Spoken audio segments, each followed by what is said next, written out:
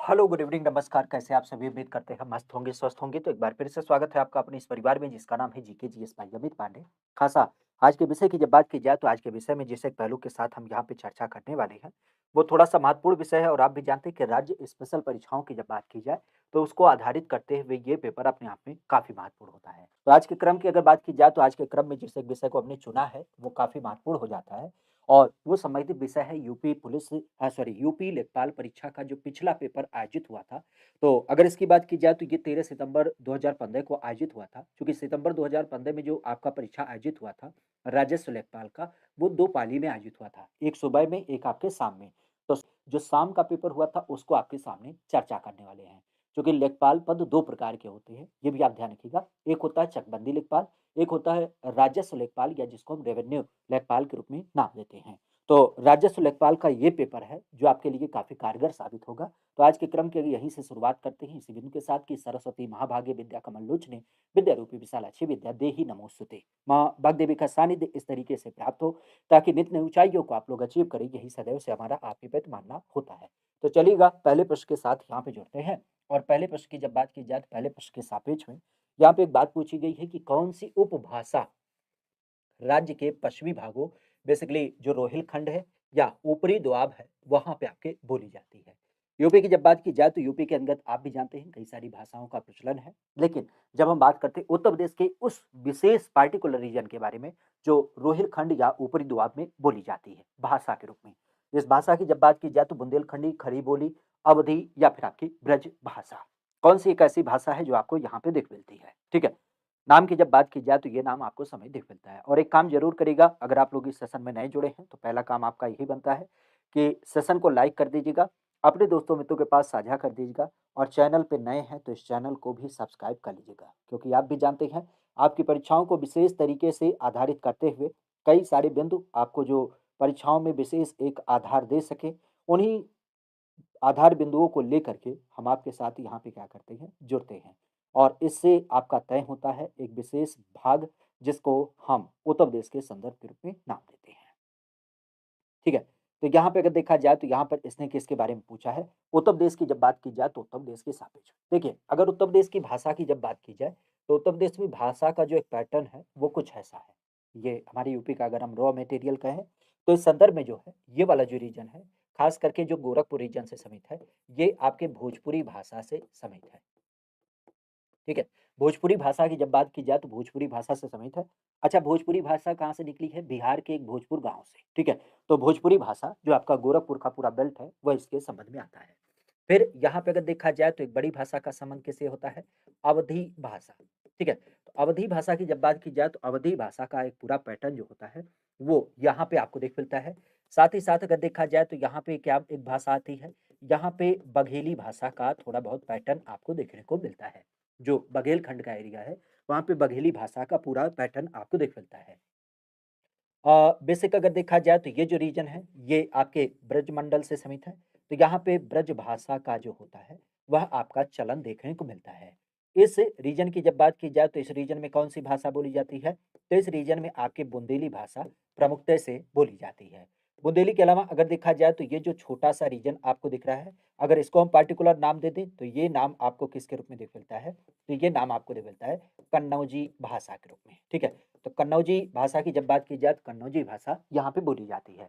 Proper अगर देखा जाए तो पश्चिमी यूपी का जो क्षेत्र है यहाँ पे क्या होती है? खड़ी बोली आपके बोली जाती है और खड़ी बोली के मार्फत अगर जो यहाँ थोड़ा-सा मुरादाबाद वगैरह रीजन की बात करें, रामपुर वगैरह, तो यहाँ पे आपके उर्दू भाषा बोली जाती है।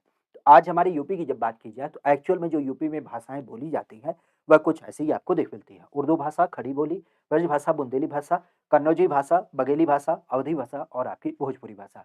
चूँकि इसने इस प्रॉपर कह दिया है कि भाई हमें रुहेलखंड के बारे में बताइए, जो बरेली वगैरह से समित है। इवन ऊपरी दोआब की बात करिए, मतलब नीचे वाला हिस्सा नहीं, गंगा यमुना का जो ऊपर वाला हिस्सा है। तो यहाँ पे सीधी-सी बात कौन-सी भाषा हो जाएगी? ये हो जाएगी खड़ी बोली। आज खड़ी बोली के बारे में जनक की जब बात की जाती है, तो ये नाम किससे आता है? तो इसके नाम की जब बात की जाए तो ये नाम आता है आमिर खुसरो के रूप में, ठीक है? तो आमिर खुसरो का नाम ध्यान रखिएगा। आमिर खुसरो क्या माने जाते हैं? हमारे यहाँ पे खड़ी बोली के जनक माने जाते हैं। तो खड़ी बोली कहाँ से होगा? यह आपके रुहेलखंड वगैरह से समित है। बुंदेलखंडी कहाँ से होगा? ये बुंदेली भाषा बुंदेलखंड रीजन से समित होगा। अवधी आपका जो अवध का प्रॉपर रीजन है, कानपुर से आगे जब आप जाएँगे अयोध्या वगैरह का पूरा रीजन, और ब्रजभाषा आपका जो मथुरा, वृंदावन, आगरा ये सब रीजन होते हैं, वह इसके रूप में आपको देखने मिल जाते हैं, ठीक है। नाम की जब बात की जाए तो एक नाम आता है तहसील स्तर पर। तहसील स्तर पर हमारे यहाँ पे जो सरकारी निकाय होते हैं उनको हम प्रॉपर क्या नाम देते हैं? पंचायत समिति, ग्राम सभा, ग्राम पंचायत या फिर आपकी नगर पालिका। कौन-सा नाम यहाँ पे तहसील स्तर पे हमारे यहाँ पे सरकारी निकाय को नाम दिया जाता है? अब देखिए, इस प्रश्न की अगर बात की जाए तो इस प्रश्न का जो एक आधार मिलता है, वह किससे समित मिलता है? तो ये मिलता है हमारे यहाँ पे कहीं न कहीं एक विषय है जिसको हम बोलते हैं पंचायतों के बारे में। तो सबसे पहली बात तो ये ध्यान रखिएगा, पंचायत का गठन कहाँ पे बताया गया है? तो पंचायत का गठन बताया गया है अनुच्छेद 40 के अंतर्गत। और इसी को ध्यान में रखते हुए जवाहरलाल नेहरू की जब बात की जाए तो जवाहरलाल नेहरू के द्वारा राजस्थान के राजस्थान की जब बात की जाए तो राजस्थान के नागौर जिले से एक गांव पड़ता है बदकरी। तो बदकरी गांव से क्या की गई, इसकी शुरुआत भी की गई थी। कब किया गया था? 2 अक्टूबर सन 1959 को। और इसी के सापेक्ष अगर देखा जाए तो एक व्यक्ति का नाम भी आपने सुना होगा जिनको बोलते हैं बलवंत राय मेहता। बलवंत राय मेहता की जब बात की जाए तो बलवंत राय मेहता के नाम से एक समिति भी आपके 1957 में गठित किया गया, जिसका काम था किसके रूप में? पंचायतों के आधार व्यवस्था के रूप में। तो पंचायतों का इन्होंने क्या किया था? त्रिस्तरीय ढांचा हमारे यहाँ पे प्रस्तुत किया। त्रिस्तरीय ढांचे की जब बात की जाए तो त्रिस्तरीय ढांचे का व्यवस्था इन्होंने प्रस्तुत किया। इसी नाते इसका हम इसको क्या कहते हैं? जनक भी नाम देते हैं। अब ये जो त्रिस्तरीय ढांचा था बेसिकली कौन-सा था? तो ये दोनों पहलों के लिए अलग-अलग था। जहाँ पे गाँव की जब बात की जाए तो ग्रामीण क्षेत्र के लिए यह आपके जो 3 स्तर थे, अगर उनकी बात की जाए तो वो कौन थे? तो पहला स्तर खास करके अगर हम उसकी बात की तो वह क्या नाम था? पहला स्तर या जिसको हम बोलते हैं प्राथमिक। प्राथमिक स्तर पे कौन था? तो प्राथमिक स्तर पे आपकी थी जहाँ पे सभी लोग आपके शामिल हो जाएँ, उसका नाम था ग्राम पंचायत। तो ग्राम पंचायत की जब बात की जाए तो ग्राम पंचायत जो व्यवस्था थी, वो आपके प्राथमिक स्तर पे थी। इसमें इन्होंने बताया कि दूसरा कौन-सा होगा? तो दूसरा स्तर जो इन्होंने चर्चा किया, वह चर्चा किया था हमारे यहाँ पे किसके बारे में? खास करके जब हम बात करते हैं अपने यहाँ पे प्रखंड पंचायत के रूप में, ठीक है? तो प्रखंड पंचायत की जब बात की जाए तो प्रखंड पंचायत या फिर प्रखंड परिषद का नाम यहाँ से आपको देख मिलता है। इसी क्रम में अगर देखा जाए तो यहाँ पे इन्होंने बताया कि देखो हमारे यहाँ पे क्या होगा, जिला पंचायत जो होगी, ये जिला पंचायत की जब बात की जाए तो ये क्या हो जाएगा? यह आपका इसमें तृतीय स्तर देखने को मिल जाएगा, ठीक है? ये व्यवस्था इन्होंने बताई। इस व्यवस्था की जब बात की जाए तो इस व्यवस्था को हमने अपने यहाँ पे कब लागू किया था? तो इस व्यवस्था की जब बात की जाए तो ये हमारे यहाँ पे आपने सुना होगा 11वां संविधान संशोधन हुआ और इसके अंतर्गत सॉरी माफ़ी चाहते हैं 73वां संविधान संशोधन, ठीक है? और इसके अनुसार 11वीं अनुसूची जोड़ी गई। तो 11वीं अनुसूची की जब बात की जाए तो 11वीं अनुसूची जोड़ी गई और इसके अंतर्गत 73वां संविधान संशोधन किया गया, ठीक है? बेसिक अगर देखा जाए तो ये घटना कब की हुई थी? तो आप भी जानते हैं 24 अप्रैल सन 1993 की ये घटना हो जाती है और यही कारण है कि 24 अप्रैल को हमारे यहाँ पे क्या माना जाता है? खास करके पंचायती राज दिवस माना जाता है, ठीक है? तो पंचायती राज दिवस की जब बात की जाए तो पंचायती राज दिवस जो है वह इस संदर्भ में माना जाता है, ठीक है? अब यहाँ पे अगर देखा जाए तो यहाँ पे इसने क्या बोला? इसने बोला तहसील स्तर पे सरकारी निकायों को हमारे यहाँ पे क्या नाम दिया जाता है? तो ज़ाहिर-सी बात है यहाँ पे ग्राम सभा की जब बात की जाएगी तो ग्राम सभा क्या होगा? ग्राम सभा आपके गाँव लेवल की एक सभा हो जाती है। ग्राम सभा के अलावा अगर हम यहाँ पे बात करें तो यहाँ पे आप कह सकते हो किसके रूप में? ग्राम पंचायत। तो ग्राम पंचायत भी आपके गाँव लेवल पे ही बैठती है। नगर पालिका जो है ये शहरी क्षेत्र से समित है। तो यहाँ पे अगर हम तहसील की बात करें, तहसील के संदर्भ में, तो ये क्या हो जाएगी? पंचायत समिति हो जाएगी। पंचायत समिति क्यों होगी? क्योंकि आप भी जानते हैं ग्राम पंचायत में एक पंचायत होती है। लेकिन ऐसे कई सारे पंचायतों को मिला करके जब हमने एक कम्युनिटी बना दी, एक समिति बना दी, तो उसे हम क्या बोलते हैं? पंचायत समिति बोलते हैं। तो पंचायत समिति की जब बात की जाए तो पंचायत समिति का नाम ध्यान रखिएगा। ये हमारे यहाँ पे क्या हो जाती है? तहसील स्तर पर एक सरकारी निकाय के रूप में नाम दिया जाता है, ठीक है? तहसील स्तर की जब बात की जाए तो तहसील स्तर पे इसको नाम देते हैं। अगर आपसे कोई पूछे ग्राम पंचायत के बारे में, तो ग्राम पंचायत के सापेक्ष में ध्यान रखिएगा, ये क्या मानी जाएगी? ये ग्राम स्तर पे। ये ग्राम स्तर पे, ठीक है? तो ग्राम स्तर पे कौन माना जाता है? ग्राम पंचायत। तो ग्राम पंचायत ग्राम स्तर पे है, तहसील स्तर पे पंचायत समिति है और जिला स्तर पे क्या हो जाएगा? जिला पंचायत हो जाएगा या जिसको हम जिला पंचायत समिति भी नाम दे सकते हैं। ये नगर पालिका किससे समित है? तो नगर पालिका आपके शहरी क्षेत्रों से समित हो जाता है, ठीक है? तो इस चीज़ को ध्यान रखिएगा। आगे बढ़ते हैं, कहा जा रहा है कि 2011 की जनगणना के अनुसार उत्तर प्रदेश की जब बात की जाए तो उत्तर प्रदेश का कौन-सा एक ऐसा शहर है, जहाँ पे जनसंख्या में सबसे ज़्यादा जनसंख्या के निवास करती है?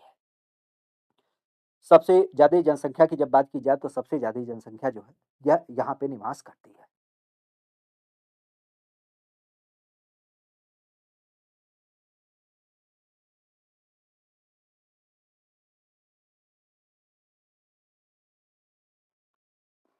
सबसे ज़्यादा संख्या जो है, वह आपको यहाँ पे देखने को मिलती है। और एक काम ज़रूर करिएगा कि सेशन में अगर जुड़े हैं, तो सेशन को लाइक, शेयर और अपने दोस्तों मित्रों के पास साझा भी कर दीजिएगा।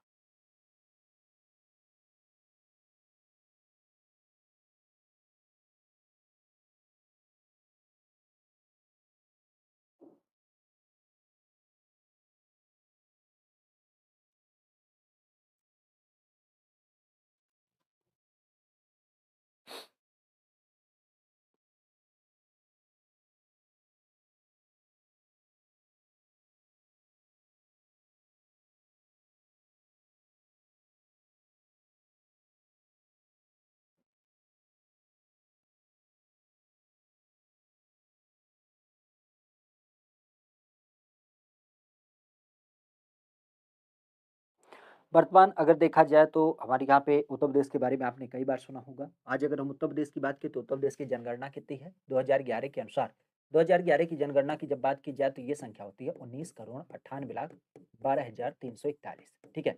तो ये हमारे यहाँ पे क्या हो जाती है, कुल जनसंख्या आपको देखने को मिल जाती है। कुल जनसंख्या के सापेक्ष एक विषय और आपने सुना होगा कि हमारी यूपी में कुल जनसंख्या जो है, अगर हम देश की जनसंख्या की बात करें, तो देश की जनसंख्या के लिहाज से कितना होता है? 16.51% जो है, ये आपका कुल संख्या हो जाता है और इस मामले में हमारा क्या है, जनसंख्या के आधार पे पहला स्थान भी आपको देख मिलता है। क्लियर? यहीं पे अगर देखा जाए तो हमारे यहाँ पे बात आती है कि एक विषय को लेकर के कि ग्रामीण आबादी, तो ग्रामीण आबादी आपने कई बार सुना होगा। प्रयागराज जो है, प्रयागराज में सबसे ज़्यादा गाँव के लोग आपके क्या करते हैं, निवास करते हैं, ठीक है? यहाँ पे अगर देखा जाए तो अब इसने पूछा है कि शहरों की आबादी हमें बताइए। तो शहरों की आबादी की अगर बात की जाए तो सबसे पहली बात तो ये ध्यान रखिएगा, हमारे यहाँ पे एक संख्या आई थी कि जहाँ पे 10 लाख से अधिक जनसंख्या निवास करती है। तो 10 लाख से अधिक जनसंख्या की जब बात की जाए तो उस टाइम पे जब जनगणना हुई थी, तो ऐसे 12 जिले जो थे, उनकी संख्या ऐसी थी जो 10 लाख से अधिक जनसंख्या को अपने यहाँ पे धारित करते हैं। इसके अलावा अगर देखा जाए तो 7 ऐसे शहर या एक तरीके से आप कह सकते हो कि जो नगर निगम थे, अगर उनकी बात की जाए तो उनकी संख्या ऐसी थी, जिनकी संख्या क्या थी, 10 लाख से अधिक थी। इनको हम एक तरीके से क्या बोलते हैं, मिलियन शहर की संज्ञा भी देते हैं, ठीक है? तो मिलियन शहर की जब बात की जाए तो मिलियन शहर भी इनको नाम दिया जाता है, क्योंकि 1 मिलियन बराबर क्या होता है, 10 लाख होता है। तो यहाँ पे जनसंख्या जो थी, वह कितनी थी? वो आपकी 10 लाख से ज़्यादा थी। इवन अगर देखा जाए तो जैसे आपने नाम भी सुना होगा, प्रयागराज की जब बात की जाए तो प्रयागराज हो गया, बनारस की जब बात की जाए तो बनारस हो गया, लखनऊ हो गया, कानपुर हो गया, ठीक है? गाज़ियाबाद हो गया और गाज़ियाबाद के अलावा मेरठ हो गया। मेरठ के अलावा अगर देखा जाए तो आपका आगरा हो गया, ठीक है? तो ये सब नाम इसमें क्या थे, आपके शामिल थे। मिला-जुला के अगर देखा जाए तो वर्तमान में खास करके जनगणना की जब बात की जाए तो ये कही गई कि जनगणना शहरी क्षेत्र के मामले में सबसे ज़्यादा कहाँ पे है।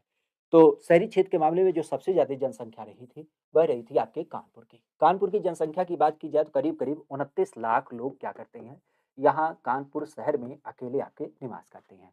तो कानपुर शहर की जब बात की जाए तो कानपुर शहर में, अकेले शहर में, कानपुर में 29 लाख लोग आपके निवास करते हैं। अच्छा, यहाँ पे अगर शहरी आबादी की बात की जाए तो एक चीज़ ध्यान रखिएगा, शहरी आबादी अगर आपसे पूछता है कि जिला कहाँ पे सबसे ज़्यादा है, तो जिला के रूप में जो नाम आता है वह किसका नाम आता है? जिला गाज़ियाबाद, ठीक है? तो जिला गाज़ियाबाद की जब बात की जाए तो जिला गाज़ियाबाद में जो है, वह आज वर्तमान में सबसे ज़्यादा शहरी आबादी निवास करती है, संख्या की जब बात की जाए। लेकिन यहीं पे अगर देखा जाए तो प्रतिशत के रूप में जिला कौन आता है? तो प्रतिशत की जब बात की जाएगी तो इसका नाम ध्यान रखिएगा, गौतम बुद्ध नगर जिला। अर्थात उत्तर प्रदेश का जो गौतम बुद्ध नगर जिला है, वो सबसे ज़्यादा शहरीकृत जिला है। क्योंकि गौतम बुद्ध नगर में आपने देखा होगा कि यहाँ की जो सोसाइटी है, वो गाँव का सोसाइटी वाला सीन नहीं है, कच्चे मकान किसी के नहीं है। अधिकतर जो मकान है वो क्या है? वो पक्के वाले मकान हैं। और प्रॉपर तरीके से एक well developed society Noida, greater Noida इसका एग्जाम्पल आपको देख मिलता है। तो 2-3 चीज़ों को ध्यान रखिएगा कि 10 लाख से अधिक जनसंख्या वाले 12 जिले हैं। 10 लाख वाली संख्या की जब बात की जाए तो 7 शहर या फिर नगर निगम हैं। नाम प्रयागराज, बनारस, लखनऊ, कानपुर, गाज़ियाबाद, मेरठ, आगरा, ठीक है? इसके अलावा अगर देखा जाए तो कानपुर शहर जो है, वहाँ पे सबसे ज़्यादा आबादी निवास करती है, 29 लाख के करीब। यहाँ पे अगर देखा जाए तो शहरी आबादी सबसे ज़्यादा जिले में कहाँ पे रहती है, तो ये आपके गाज़ियाबाद में रहती है और परसेंटेज की जब बात की जाए ओवरऑल तो गौतम बुद्ध नगर सबसे ज़्यादा ग्रामीण शहरी आबादी को क्या करता है, अपने यहाँ पे रखता है, ठीक है? तो इस चीज़ को ध्यान रखिएगा। नाम आता है कि हाल ही में केंद्र सरकार के द्वारा प्रस्तुत की गई एक रिपोर्ट है जिसको हम बोलते हैं सी रंगराजन रिपोर्ट। बेसिकली अगर देखा जाए तो सी रंगराजन रिपोर्ट के अनुसार एक बात कही गई कि हमारे यहाँ पे कोई भी व्यक्ति जो होगा ग्रामीण तभी माना जाएगा कि वह डेली बेसिस पे क्या करता है, इतना रुपया खर्च करता है, नहीं तो उसे गरीब नहीं माना जाएगा। एक्चुअली होती नहीं, एक तरीके से हम कह सकते हैं औकात, तुम्हारी औकात क्या है? तो यहाँ सिंह रंगराजन ने आपकी औकात को यहाँ पे बताने का प्रयास किया है कि अगर आपकी औकात इतने रुपए डेली खर्च करने की है, तो इसका मतलब आप गरीब नहीं हैं। आप चैलेंज कर सकते हैं। अगर आपसे कोई लड़की का बाप पूछता है, "क्या करते हो? तुम्हारी औकात क्या है कि हमारी बिटिया को नज़र दिखाओ?" तो देना, "हे सुनो, सिंह रंगराजन रिपोर्ट देखे हो? उसने बताया है कि ₹42 अगर खर्च करते हो तो इसका मतलब तुम अमीर हो, ठीक है? तो बाबूजी बात समझिए, यहाँ पे इस रिपोर्ट का ध्यान दीजिए। तो कित्ता रिपोर्ट के अनुसार यहाँ पे क्या कहा गया, रिपोर्ट की जब बात की जाए तो अलग-अलग समय पे ऐसे हमारे यहाँ पे समिति वगैरह बनाई जाती है, जो समय के सापेक्ष क्या करती हैं, यहाँ पे रिपोर्ट वगैरह तय करती हैं। और इन्हीं रिपोर्टों को आधारित करते हुए हमारे यहाँ पे क्या किया जाता है, संख्या को एक तरीके से निर्धारित किया जाता है। तो इस रिपोर्ट की जब बात की जाए तो इस रिपोर्ट के अनुसार यहाँ पे खास करके जब हम बात करते हैं तो यह रिपोर्ट आपके यहाँ पे निकाली गई। सी रंगराजन रिपोर्ट की जब बात की जाए तो सी रंगराजन रिपोर्ट के अनुसार 2 क्षेत्रों के लिए ये बात कही गई थी। पहली बात क्या कही गई थी? एक कही गई थी ग्रामीण क्षेत्रों के लिए, कि ग्रामीण क्षेत्र की जब बात की जाए तो ग्रामीण क्षेत्र और एक कहा गया शहरी क्षेत्र के लिए। तो पहले विषय की जब बात की जाए तो ग्रामीण क्षेत्र के लिए कितना रुपया रखा गया? ₹32 यहाँ पे रखा गया। और इसी तरीके से शहरी क्षेत्र की जब बात की जाए तो शहरी क्षेत्र के लिए कितने रुपए रखे? ₹47 इन्होंने रखे थे। ओवरऑल अगर देखा जाए तो यहाँ पे कहा गया कि अगर औसत कोई व्यक्ति गाँव में ₹1000 तक खर्च कर देता है, तो इसका मतलब क्या है? उसका जो लाइफ़स्टाइल है, वो क्या हो जाता है? बराबर आपको देखने को मिलता है, ठीक है? तो ₹1000 के सापेक्ष अगर देखा जाए तो यहाँ पे ₹32 क्या हो जाती है? उस व्यक्ति की एक रिपोर्ट होती है कि अगर गाँव में आप रह कर के ₹32 खर्च करते हैं, तो इसका मतलब आप गरीब नहीं हैं। 32 से कम खर्च करते हैं तब आपको गरीब माना जाएगा और 32 से अधिक खर्च करते हैं इसका मतलब आप अमीर कैटेगरी में आ गए। क्योंकि गाँव में अगर देखा जाए तो गाँव में ये जो निर्धारण होता है, बेसिक आपने नाम सुना होगा एपीएल, बीपीएल और फिर आपका क्या हो जाता है अंत्योदय। ये आपके क्या होते हैं कार्ड बनते हैं।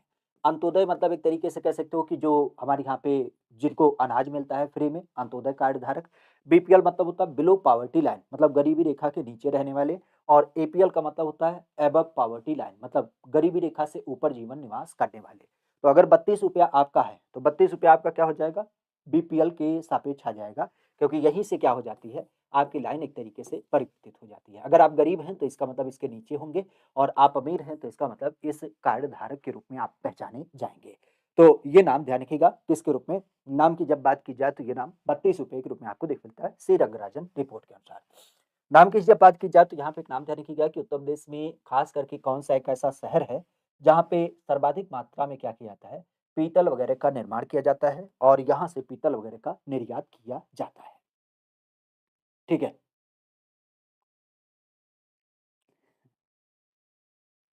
नाम की जब बात की जाए तो ये नाम समेत आपको दिख मिलता है। और एक काम ज़रूर करिएगा कि अगर सेशन में जुड़े हैं तो सेशन को लाइक और अपने दोस्तों मित्रों के पास साझा भी करिएगा। किससे पीतल उत्पादों का अधिकतम निर्यात किया जाता है? मतलब बेसिकली अगर देखा जाए तो यूपी का ऐसा कौन-सा शहर हो जाता है? तो यूपी का ऐसा कौन-सा शहर है जहाँ पे पीतल का उत्पाद आपका निर्यात किया जाता है या फिर आपका बनाया जाता है? अब देखिए, शहरों की जब बात की जाए तो शहरों के रूप में लखनऊ क्या है? लखनऊ चिकनकारी उत्पाद के लिए जाना जाता है।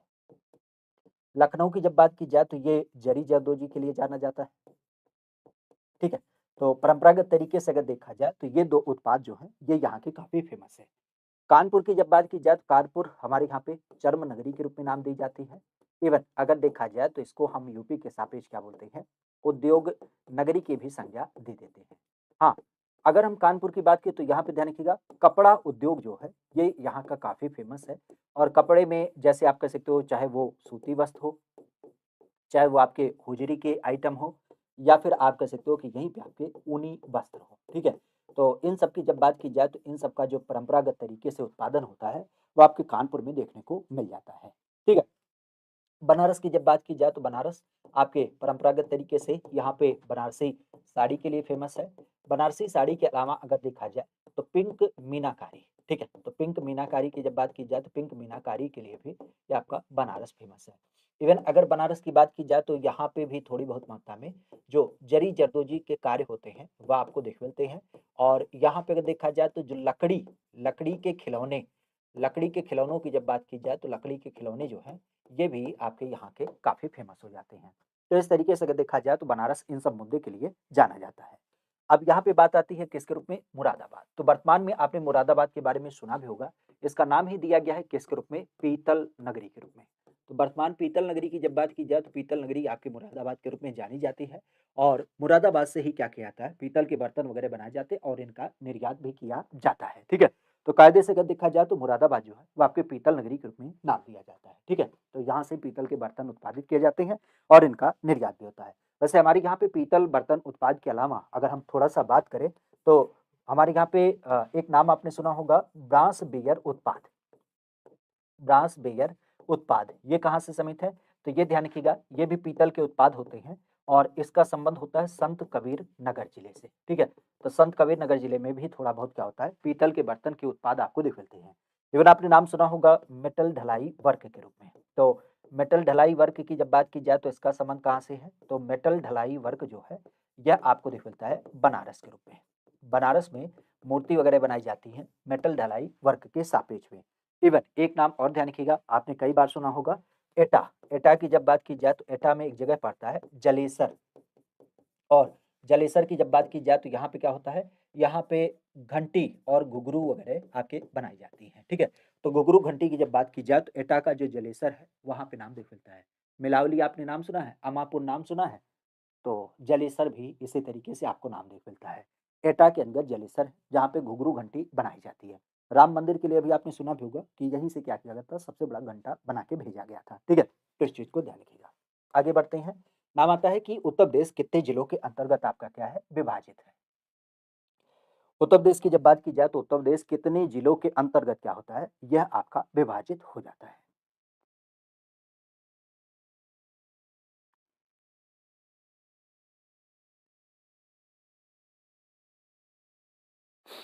उत्तर प्रदेश की जब बात की जाए तो उत्तर प्रदेश के अंतर्गत यह नाम प्रमुख रूप से आपको देख मिलता है। उत्तर प्रदेश के अंतर्गत यह नाम प्रमुख रूप से आपको दिख मिलता है।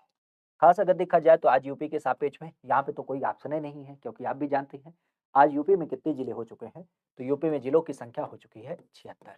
76वां जिला कौन सा बना था तो आप भी जानते हैं महाकुंभ मेला, ठीक है?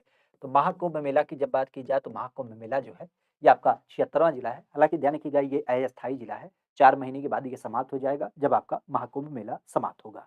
लेकिन वर्तमान में अगर देखा जाए तो यूपी में कितने जिले हैं तो ये आपके 75 जिले आपको देख मिलते हैं। एक चीज़ ज़रूर ध्यान रखिएगा, संख्या की बात चली है, तो संख्या के आधार पे आप भी जानते हैं उत्तर प्रदेश क्या है? उत्तर प्रदेश एक राज्य है। राज्य के सापेक्ष में यहाँ पे बात आती है मंडल कितने हैं? तो यूपी में मंडल या जिसको हम संभाग नाम देते हैं, उनकी संख्या क्या है? उनकी संख्या है 18, ठीक है? फिर मंडल के बाद आपका नाम आता है किसका? इन्हीं का, तहसील का। तो तहसील की बात करें, जिले का। जिला या फिर जिसको हम क्या बोलते हैं, जनपद की संज्ञा नाम देते हैं। तो जिला की संख्या क्या हो जाती है? आज वर्तमान में 76 है। जिला के बाद आप क्या कह सकते हैं? तहसील। तो तहसील की संख्या क्या है? तहसील की संख्या जो है वो आपको वर्तमान में 351 देख मिलती है। तहसील के बाद आपका किसका नाम आता है? तो आपका नाम आता है प्रखंड या जिसको हम क्या बोलते हैं ब्लॉक की संज्ञा भी नाम देते हैं। आज 826 क्या है हमारे यहाँ पे ब्लॉक हो जाते हैं। ब्लॉक के बाद फिर क्या आता है नाम कुल गाँव का, ठीक है? बेसिक अगर देखा जाए तो पहले नाम आता है ग्राम पंचायत का और ग्राम पंचायत के अलावा ग्राम पंचायत इनकी संख्या क्या है? इनकी संख्या है 58,186, ठीक है? तो ये हो जाती है। फिर आपका नाम आता है कुल गाँव का। तो कुल गाँव की जब बात की जाए तो कुल गाँव की संख्या कितनी है? ये हो जाती है 1,06,700 अ, 776, ठीक है? 776 की जब बात की जाए तो 1,06,776 गाँव की जो संख्या होती है, वो आज हमारे यूपी में कुल गाँव की संख्या आपको देखने को मिल जाती है, ठीक है? तो ये नाम प्रमुख रूप से देखने को मिल जाता है, ठीक है। आगे की जब बात की जाए तो यहाँ पे 75 जिले। आगे की बात करें तो यहाँ पे एक नाम आता है अंबेडकर विशेष रोजगार योजना। अंबेडकर विशेष रोजगार योजना की जब बात की जाए तो इसमें एक बात कही गई। क्या कही गई कि अंबेडकर विशेष रोजगार योजना जो है, इसके अंतर्गत परियोजना की लागत जो है वह इतने से कम नहीं होनी चाहिए। अंबेडकर विशेष रोजगार योजना की जब बात की जाए तो यहाँ पे एक बात कही गई कि देखो आप कोई भी काम करो, लेकिन यहाँ पे इससे कम आपका क्या होना चाहिए, बेसिकली जो लागत है वो नहीं होना चाहिए, ठीक है। तो अंबेडकर विशेष रोजगार योजना की जब बात की जाए तो लागत को लेकर के यह नाम आपको देखने को मिल जाता है, अंबेडकर विशेष रोजगार योजना।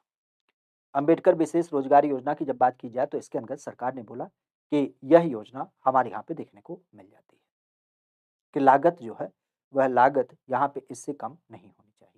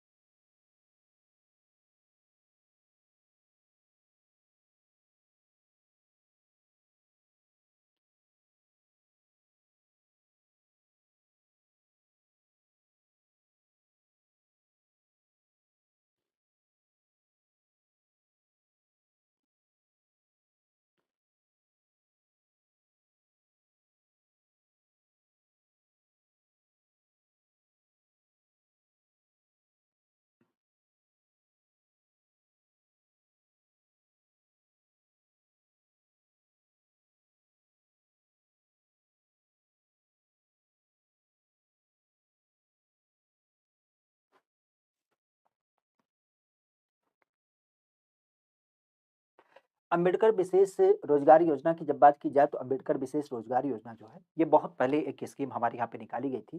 खास करके किसके लिए कि ग्रामीण क्षेत्र हो या फिर आपके शहरी क्षेत्र हो, वहाँ पे खास करके आपके विभिन्न प्रकार के जो युवा होते हैं, उनको क्या किया जाए, उनको एक तरीके से स्वरोजगार का अवसर दिया जाए, ठीक है। तो स्वरोजगार की जब बात की जाए तो स्वरोजगार के अवसर उपलब्ध कराने के लिए यह विषय क्या किया गया, आपके शुरू किया गया।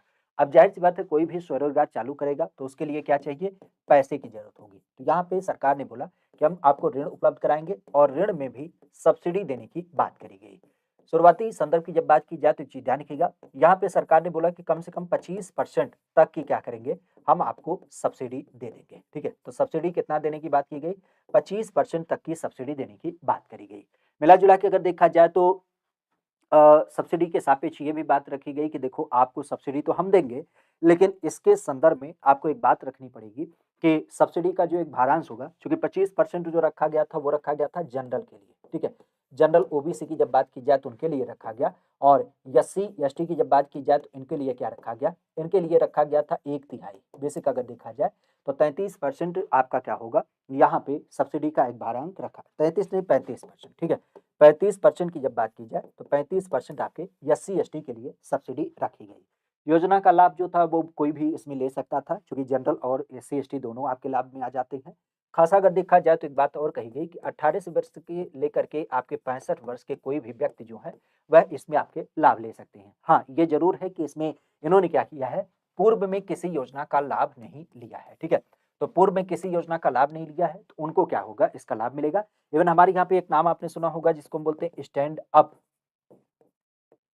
अप योजना की जब बात की जाए, तो जो सरकार के द्वारा स्टैंड अप योजना आपकी निकाली गई थी, जिसके अंतर्गत आप भी जानते हैं कि कोई भी व्यक्ति अपना एक स्वरोजगार चालू करे तो उसको ये बढ़ावा देगी। तो 1990 के दशक में ये योजना चालू की गई थी, तो जो यहाँ पे एक अधिकतम वैल्यू की बात की जाती है, तो ये अधिकतम वैल्यू रखी गई थी कितना? 50,000 रुपए। इवन अगर देखा जाए तो इस योजना का नाम भी हमारे यहाँ पे 19 के मंत्रिमंडल फैसले से क्या किया गया, इसको बदल दिया गया और मंत्रिमंडल ने एक तरीके से कह सकते हो कि पूर्ण बहुमत के आधार पे इसका नाम परिवर्तित कर दिया। अब इसको हमारे यहाँ पे जो नाम दिया जाता है, बाबा साहब अम्बेडकर रोजगार प्रोत्साहन योजना के रूप में नाम दिया जाता है। क्या बोला जाता है? बाबा साहब बाबा साहब अम्बेडकर रोजगार प्रोत्साहन योजना। तो अब इसका नाम जो होता है वह कुछ इस तरीके से जाना जाता है।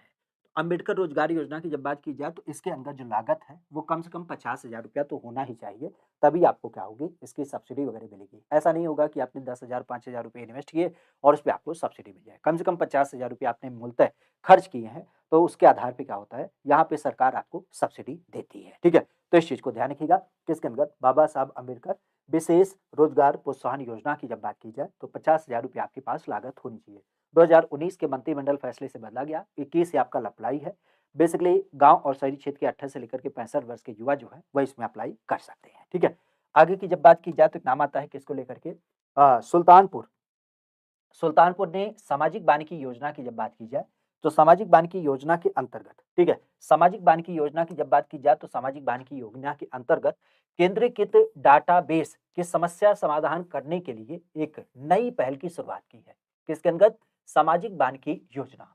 हमारे यहाँ पे आप भी जानते हैं कि बड़े लेवल पे एक तरीके से कह सकते हो पेड़-पौधे लगाने की बात चली है और बड़े लेवल पे पेड़-पौधे लगाने की बात चली है, तो इसी के अंतर्गत जो हमारा यूपी का एक जिला है जिसका नाम है सुल्तानपुर।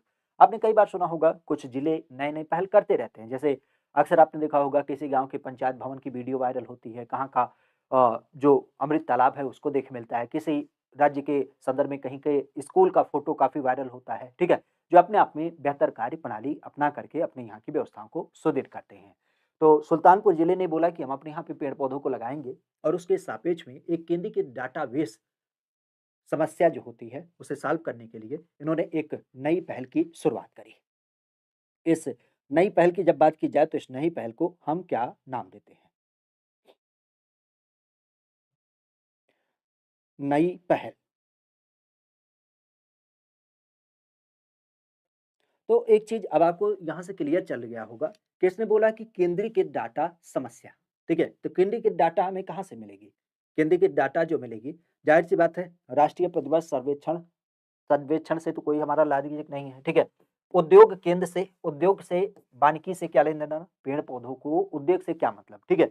ग्रामीण बैंक की जब बात की जाए तो ग्रामीण बैंक से इसका भी कोई संदर्भ नहीं बनता। यहाँ पे बात चलती है किसके रूप में? National information centre. बेसिक अगर देखा जाए तो राष्ट्रीय सूचना केंद्र, नाम से ही पता चल रहा है कि सूचनाओं के आदान-प्रदान की बात की गई है। भाई इसने डाटा इकट्ठा करने की बात की है और डाटा कहाँ से मिलेगा? डाटा हमारा मिलेगा सूचना केंद्र से ही। तो इस लिहाज से अगर देखा जाए तो आप इसको बिल्कुल सीधा-सा आंसर देख भी पा रहे थे। खास करके केंद्र की डाटा हमें कहाँ से मिल जाएगी? तो ये मिल जाएगी राष्ट्रीय सूचना केंद्र से, ना कि हमारे यहाँ पे सर्वेक्षण संगठन या फिर उद्योग के या फिर ग्रामीण बैंक के माध्यम से, ठीक है? तो इस चीज़ को ध्यान रखिएगा। आगे की जब बात की जाए तो एक नाम आता है कि उत्तर मध्य रेलवे का जो मुख्यालय है, वो वर्तमान में कहाँ पे स्थित है? उत्तर मध्य रेलवे की जब बात की जाए तो यह नाम किसके रूप में देखने को मिल जाता है? वर्तमान की जब बात की जाए तो ये नाम है Jhansi railway station, Allahabad railway station या आप कह सकते हो इसी अंतर्गत आपका गाजियाबाद रेलवे या फिर आपका आगरा रेलवे। सबसे पहली बात तो ये ध्यान रखिएगा हमारे यहाँ पे 2 नाम काफ़ी फ़ेमस हैं, जब हम बात करते हैं रेलवे के ज़ोन के बारे में। तो रेलवे की जब बात की जाए तो रेलवे के जो ज़ोन हैं, उनकी संख्या क्या है? रेलवे की जो ज़ोन है, उनकी संख्या वर्तमान में 18 है। 18वाँ ज़ोन कौन-सा है? तो आप भी जानते हैं विशाखापत्तनम, ठीक है? विशाखापत्तनम की जब बात की जाए तो विशाखापत्तनम जो है, वो वर्तमान में हमारा 18वाँ ज़ोन आपका माना जाता है। रेलवे के 18 ज़ोन जो हैं। इन्हीं 18 ज़ोन की जब बात की जाए तो इन्हीं 18 ज़ोन के अंतर्गत हमारे यूपी की जब बात की जाए तो हमारे यूपी में क्या हो जाते हैं, 2 ज़ोन आपको देख मिलते हैं। एक का नाम है उत्तर मध्य रेलवे। उत्तर मध्य रेलवे की जब बात की जाए तो इसका मुख्यालय कहाँ पे है? इसका मुख्यालय आपके प्रयागराज के अंतर्गत अवस्थित है, ठीक है? और इसी तरीके से अगर देखा जाए तो एक मुख्यालय है पूर्व उत्तर रेलवे। इसका मुख्यालय कहाँ पे है? इसका मुख्यालय आपके गोरखपुर के अंतर्गत आपको दिख मिलता है। तो वर्तमान में इसने पूछा क्या है? उत्तर मध्य रेलवे के बारे में। उत्तर मध्य रेलवे की जब बात की जाए तो इसका मुख्यालय क्या हो जाएगा? इलाहाबाद या फिर आप कह सकते हो जिसको हम प्रयागराज भी नाम देते हैं। आगरा, गाज़ियाबाद, झांसी ये कोई आपके रेलवे के ज़ोन है ही नहीं है, ठीक है? वर्तमान में झांसी का एक नाम और ध्यान रखिएगा, हमारे यहाँ पे जब हम बात करते हैं केंद्रीय रेलवे विद्युतीकरण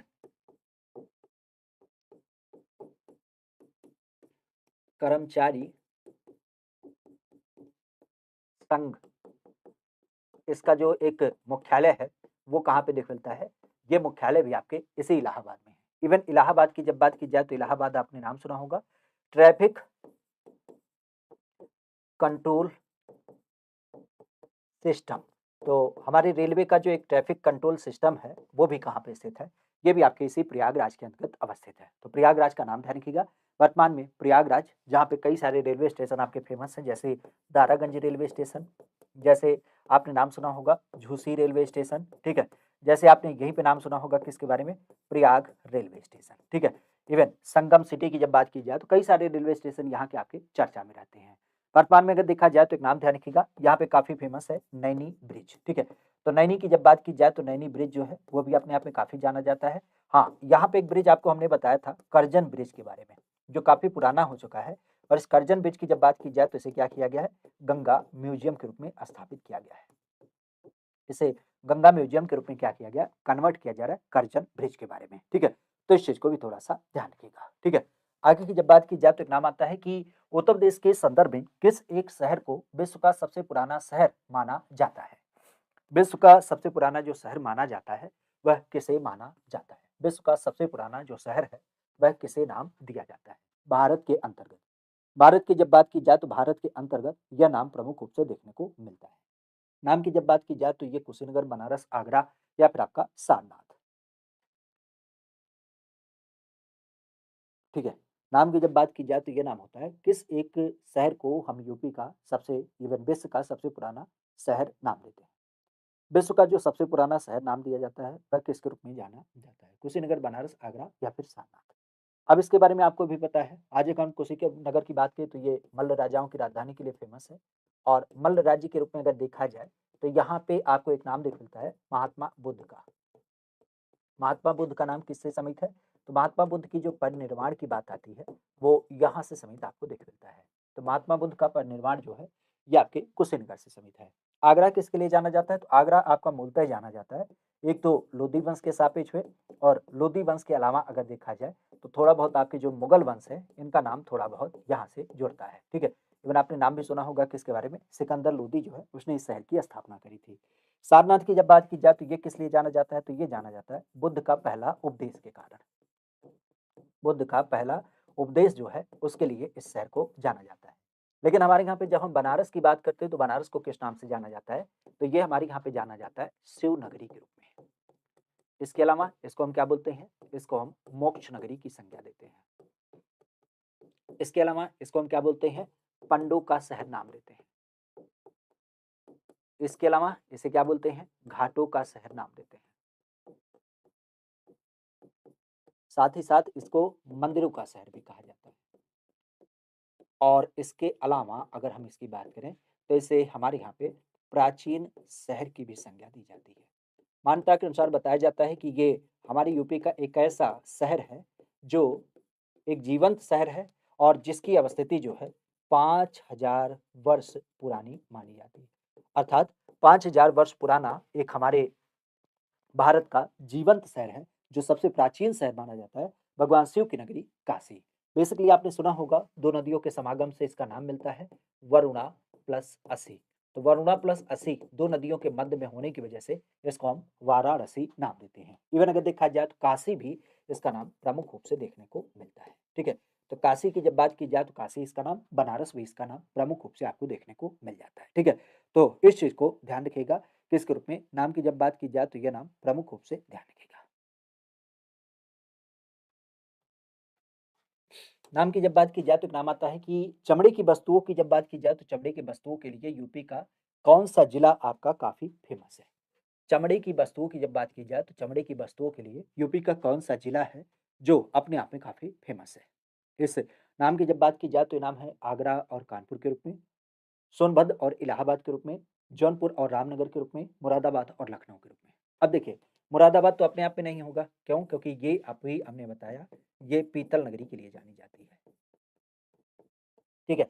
और लखनऊ की जब बात की जाए तो लखनऊ किसके लिए फेमस है? ये चिकनकारी के लिए फेमस है और साथ ही साथ अगर देखा जाए, तो ये जरी जरदोजी के लिए फेमस है।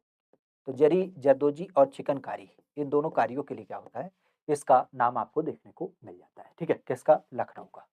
लखनऊ की जब बात की जाए तो लखनऊ का नाम यहाँ पे लिख मिलता है।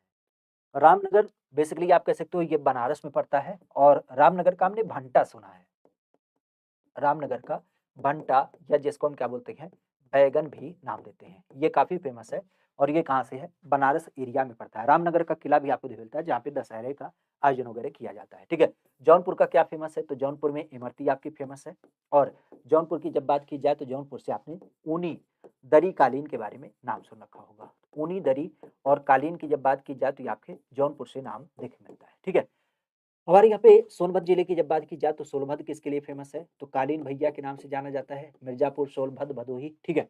इलाहाबाद की जब बात की जाए तो इलाहाबाद मूंज उत्पाद और मूंज उत्पाद के अलावा जब हम यहाँ पे बात करते हैं तो अमरूद, अमरूद और मूंद उत्पाद जो है वह आपको यहाँ से देख मिलता है। तो फिर बचा कौन-सा? आगरा और कानपुर।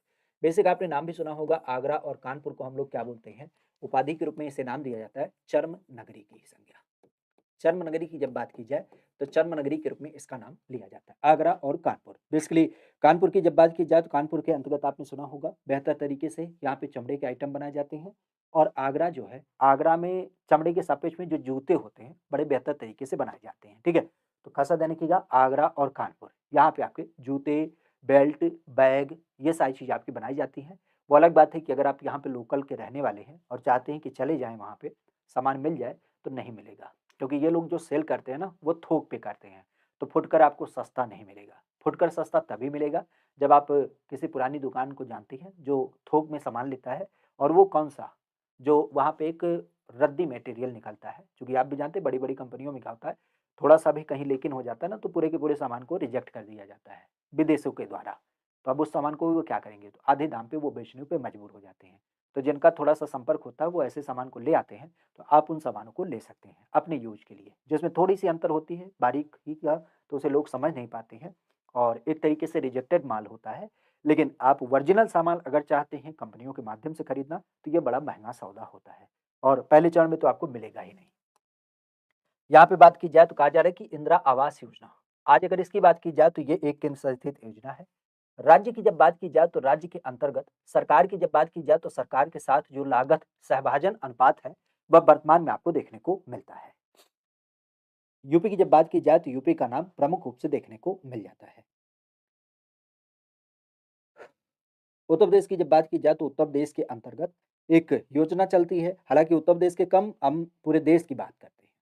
पूरे के देश की जब बात की जाए तो पूरे देश का नाम यह आपको देखने को मिल जाता है। इंदिरा आवास योजना।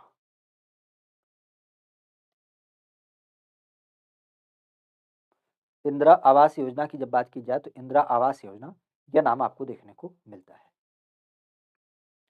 इंदिरा आवास योजना।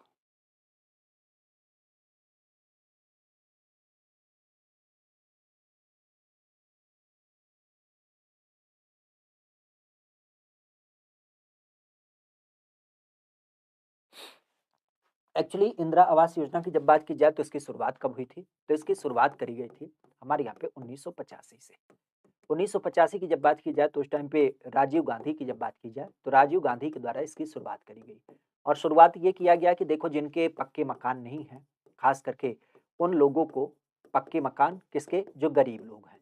तो गरीब लोगों के जिनके पास अपने खुद के पक्के मकान नहीं है, उनको क्या किया जाए, कम से कम पक्का मकान एक आपका उपलब्ध कराया जाए। तो उसके लिए केंद्र सरकार के द्वारा ये योजना शुरू की गई थी। तो केंद्र सरकार के द्वारा यहाँ पे क्या की जाती थी, सहायता दी जाती थी। एक बेनिफिशियरी धनराशि दी जाती थी जिसके माध्यम से व्यक्ति अपना क्या करे, घर वगैरह बनवा पाए। अब यहाँ पे अगर देखा जाए तो यहाँ पे एक बड़ा बदलाव इसमें किया गया, क्योंकि आप भी जानते हैं वर्तमान सरकार का सबसे बड़ा काम क्या था कि जितनी भी योजनाएँ थी सबका नाम परिवर्तित किया गया। तो यहाँ पे आपने नाम सुना होगा, इसका नाम 2016 में परिवर्तित कर दिया गया। अब इसका नाम क्या कर दिया गया? इसका नाम कर दिया गया प्रधानमंत्री आवास योजना। तो प्रधानमंत्री आवास योजना की जब बात की जाए तो प्रधानमंत्री आवास योजना ये आपके नाम देख मिलती है। ये 2 भाग में चलती है, क्योंकि आपने सुना भी होगा, एक होता है शहरी क्षेत्र के लिए, जहाँ पे शहरी क्षेत्रों की बात की जाती है, एक होती है ग्रामीण क्षेत्रों के लिए। तो गाँव देहात की जब बात की जाए तो उसके लिए।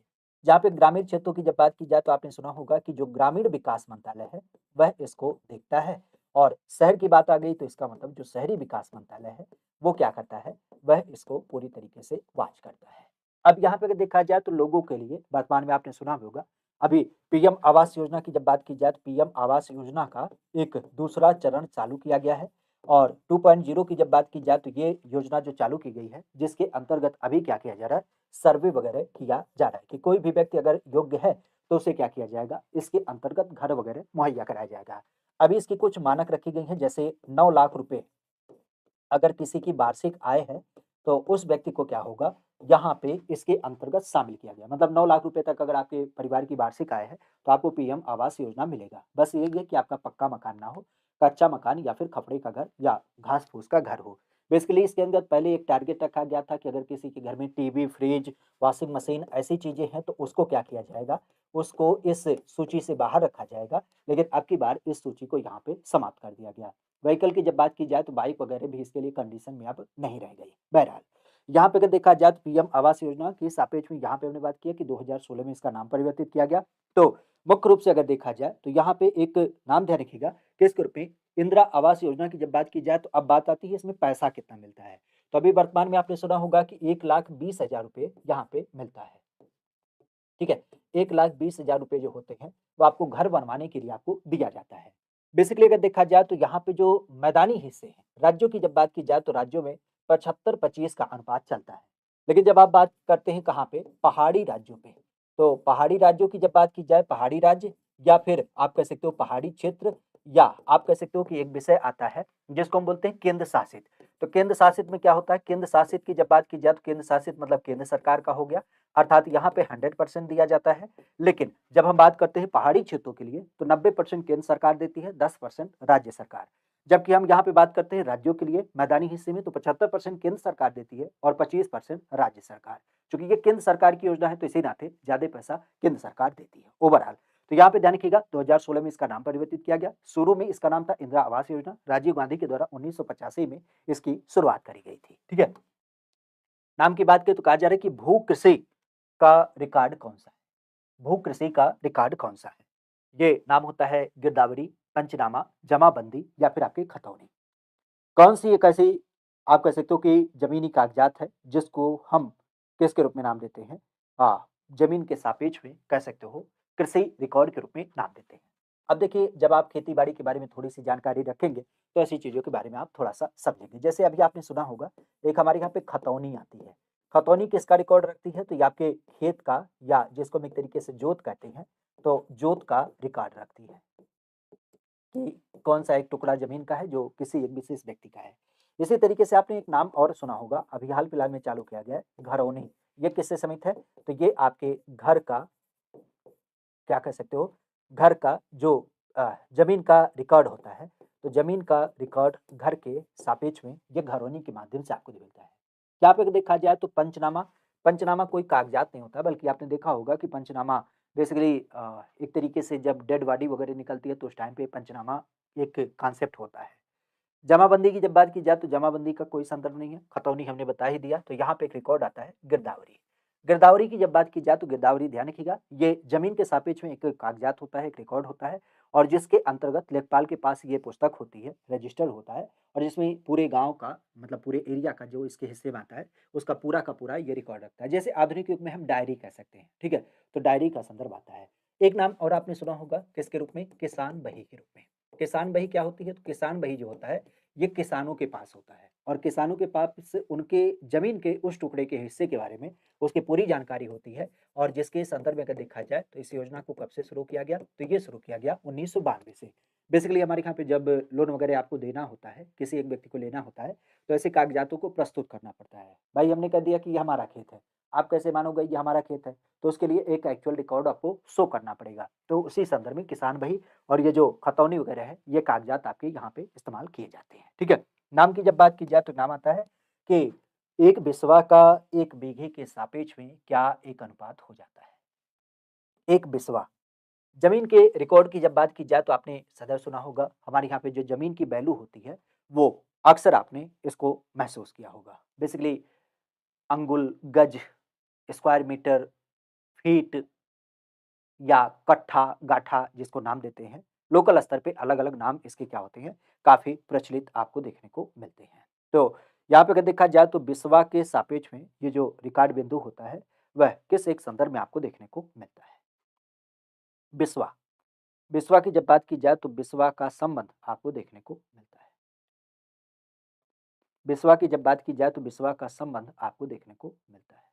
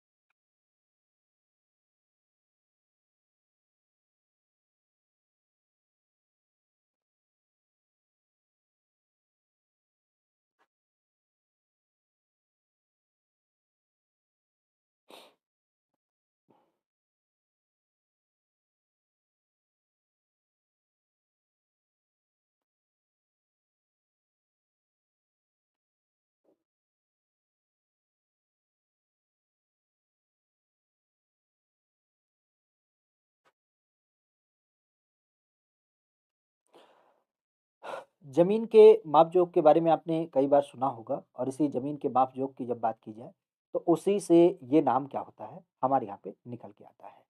बेसिक अगर देखा जाए तो हमारे यहाँ पे बीघों की वैल्यू रखी जाती है और बीघे के बारे में आपने नाम सुना होगा, हमारे यहाँ पे 2 प्रकार के बीघे होते हैं। एक का नाम होता है कच्चा बीघा और एक की जब बात की जाए तो एक का नाम होता है पक्का बीघा, ठीक है? तो कच्चा बीघा और पक्का बीघा की जब बात की जाए, तो ये 2 वैल्यू आपको दिख मिलते हैं। कच्चा बीघे की जब बात की जाए तो ये आपने सदैव सुना होगा कि हमारे यहाँ पे जब हम बात करते हैं 16 बिस्वा, तो 16 बिस्वा का जो संदर्भ होता है, वह इसके रूप में आता है। जबकि 20 बिस्वा की जब बात की जाए तो 20 बिस्वा जो होता है, वो हमारे यहाँ पे क्या माना जाता है, पक्का बीघा माना जाता है। ओवरऑल अगर देखा जाए तो 1 बीघे की जब बात की जाए तो 1 बीघे का मतलब क्या हो गया, 1 बिस्वा 1 बीघे के संदर्भ में।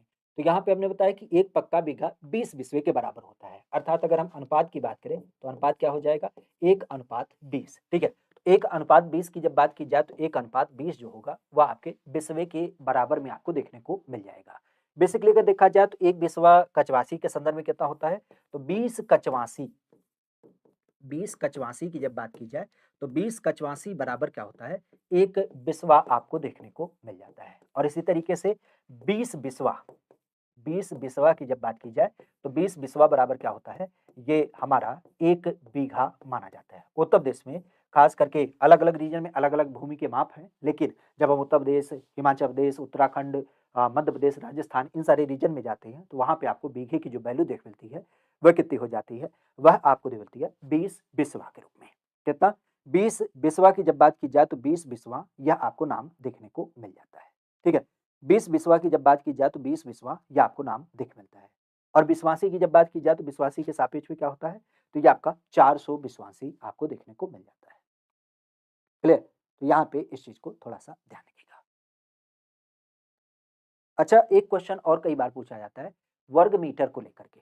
बीघे की जब बात की जाए तो बीघे के लिए एक क्वेश्चन पूछा जाता है कि ये कितना वर्ग गज होता है? तो वर्ग गज की जब बात की जाए तो वर्ग गज ध्यान रखिएगा, 1 बीघा जो होता है वह कितना होता है? 1 बीघे के सापेक्ष में जो वर्ग गज, चूँकि हमारे यहाँ पे कुछ लोकेशन ऐसे हैं जहाँ पे गज मापन में इस्तेमाल किया जाता है। तो गज की जब बात की जाए तो गज के सापेक्ष में ध्यान रखिएगा 3025, क्या बोलते हैं? 3025। तो 3025 की जब बात की जाए तो बीघे का जो एक मानक है गज, गज की अगर बात की जाए तो 3025 अगर गज है, तो दशा में क्या हो जाता है, हमारे यहाँ पे 1 बीघा माना जाता है। तो वर्ग गज 1 बीघे का कितना होता है, 3025 हो जाता है। इसी तरीके से अगर हम वर्ग मीटर की बात करें, तो वर्ग मीटर की वैल्यू क्या होती है? तो वर्ग मीटर के सापेक्ष में ध्यान रखिएगा 3529, कितना बोलते हैं? 3529, ये क्या हो जाती है? ये वर्ग मीटर आता है, जब हम बात करते हैं 1 बीघा, ठीक है? तो 1 बीघे की जब बात की जाए तो 1 बीघे का सापेक्ष हमारे यहाँ पे वर्ग मीटर 3529 ये आपको थोड़ा-सा देखने को मिलता है, ठीक है? तो इस चीज़ को थोड़ा-सा ध्यान रखिएगा। बीघे की वैल्यू अलग-अलग रीजन में अलग-अलग प्रकार की होती है, लेकिन उत्तर प्रदेश में जो भूमि मापन है, वह इसके अंतर्गत आपको देख मिलता है। एक आपने लकड़ी का डंडा देखा होगा, जो खास करके जिसको हम कट्ठा भी नाम देते हैं या गट्टा नाम देते हैं, जिसकी लंबाई 8 फुट 3 इंच आपको देखने को मिलती है, ठीक है? तो इस चीज़ को ध्यान रखिएगा। 8 फुट 4 इंची, बेसिकली अगर देखा जाए तो 8 फुट हमारे यहाँ पे क्या माना जाता है, 12 इंच का 1 फुट होता है, तो 12 अट्ठे 96 और 4 वो मिल कर के क्या हो जाता है, 100 इंच हो जाता है। तो इस तरीके से ये वैल्यू आपको देखने को मिल जाती है। बहरहाल, यहाँ पे अगर देखा जाए तो यहाँ पर हम किसकी बात करें, यहाँ पे हम बात करें 1 एकड़ में कितने वर्ग गज आपको देखने मिलते हैं। 1 एकड़ की जब बात की जाए तो 1 एकड़ में ये कितना गज आपको देखने को मिलता है। नाम की जब बात की जाए तो ये नाम समेत आपको मिलता है। 1 एकड़ में कितने गज आपको देखने को मिल जाते हैं। 1 एकड़ में कितने गज आपको देखने को मिलते हैं।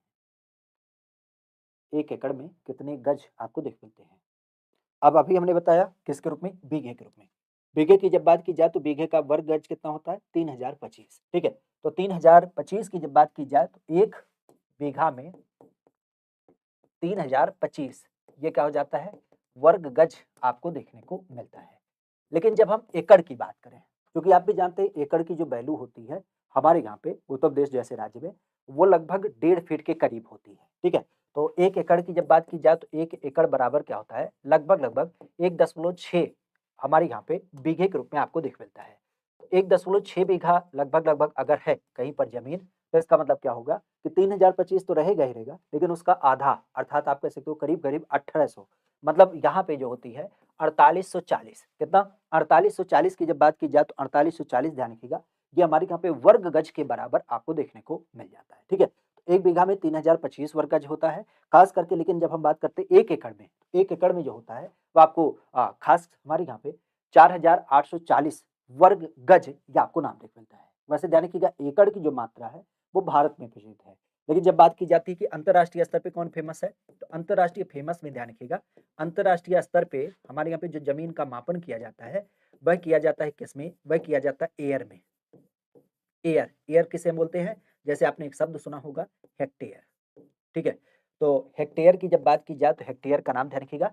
हेक्टेयर जो होता है वो अंतरराष्ट्रीय स्तर पे, जैसे आप अमेरिका चले जाए, इंग्लैंड चले जाएं, कहीं पे भी जाएंगे तो वहां पे आपको हेक्टेयर देख मिलेगा। भारत में क्या होता है, भारत में आपका एकड़, बीघा, बिस्वा, ये सब आपके लोकल नाम आपको देखने को मिल जाते हैं। ठीक है, आगे की जब बात की जाए तो एक नाम आता है कि एनआरईपी। एनआरईपी की जब बात की जाए तो एनआरईपी का पूरा नाम आपको देखने को मिल जाता है, राष्ट्रीय ग्रामीण उद्यमिता गारंटी कार्यक्रम, राष्ट्रीय ग्रामीण शिक्षा गारंटी कार्यक्रम, राष्ट्रीय ग्रामीण रोजगार गारंटी कार्यक्रम, या फिर राष्ट्रीय क्षेत्रीय रोजगार गारंटी कार्यक्रम। एनआरईपी की जब बात की जाए तो ये नाम आपको देखने को मिल जाता है।